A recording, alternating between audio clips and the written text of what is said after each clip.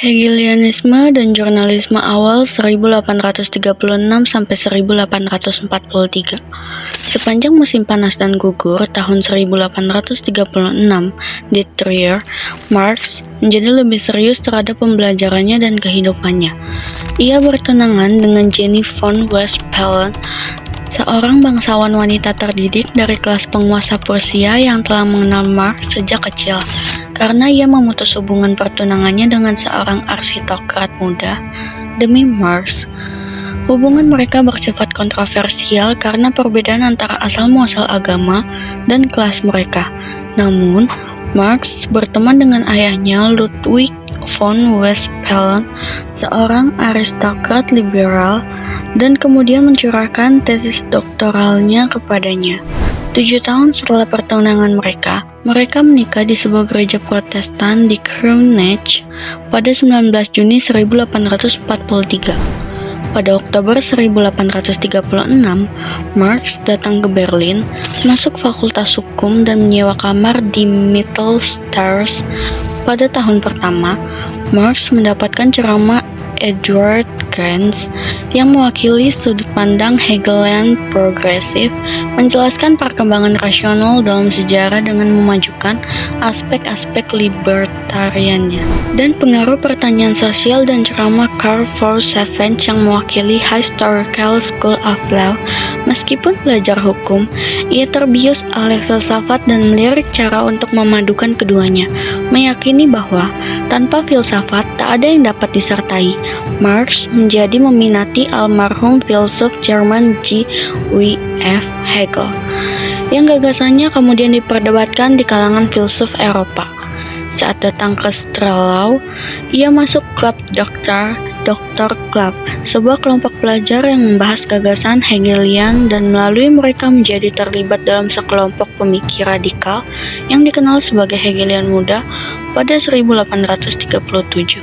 Mereka bertemu dengan Ludwig Feuerbach dan Bruno Bauer. Dengan Marx menjalin hubungan dekat dengan Adolf Furstenberg.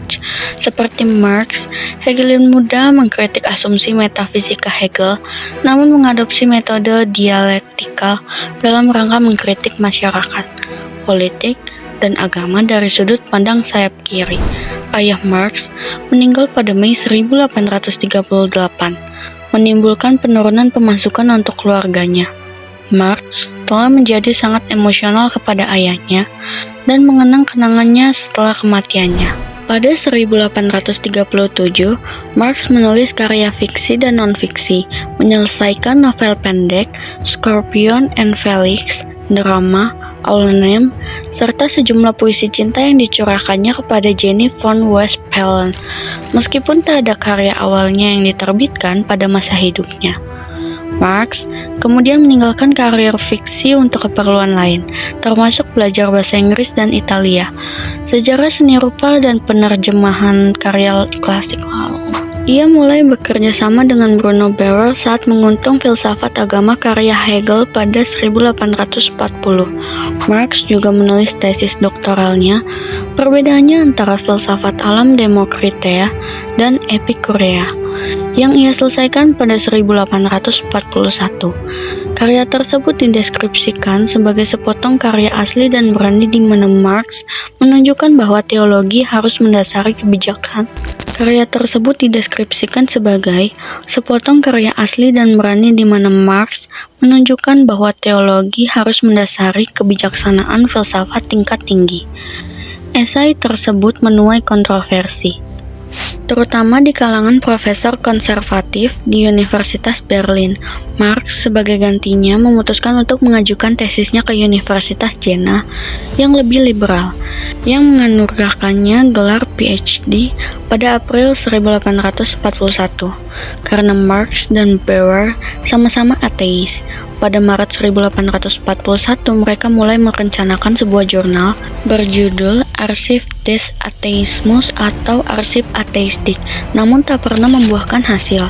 Pada Juli, Marx dan Bauer pergi dari Berlin ke Bonn.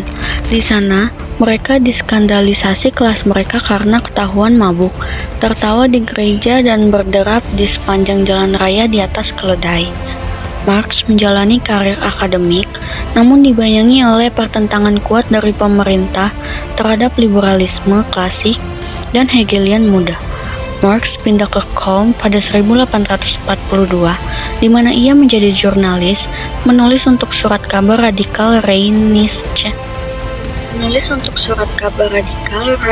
Zeitung, Kabar Rhineland, mengekspresikan pandangan awalnya tentang sosialisme dan perkembangan peminatannya dalam bidang ekonomi.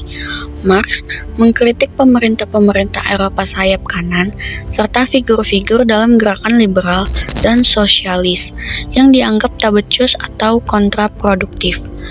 Surat kabar tersebut meraih perhatian dari Badan Sensor Pemerintah Prusia yang mengecek setiap masalah dari material pembelotan dalam bidang cetak. Karena Marx berkata surat kabar kami hadir agar tercium polisi, dan jika hidung polisi mencium hal apapun yang tak Kristiani atau Prusia, surat kabar tersebut tak diizinkan untuk terbit.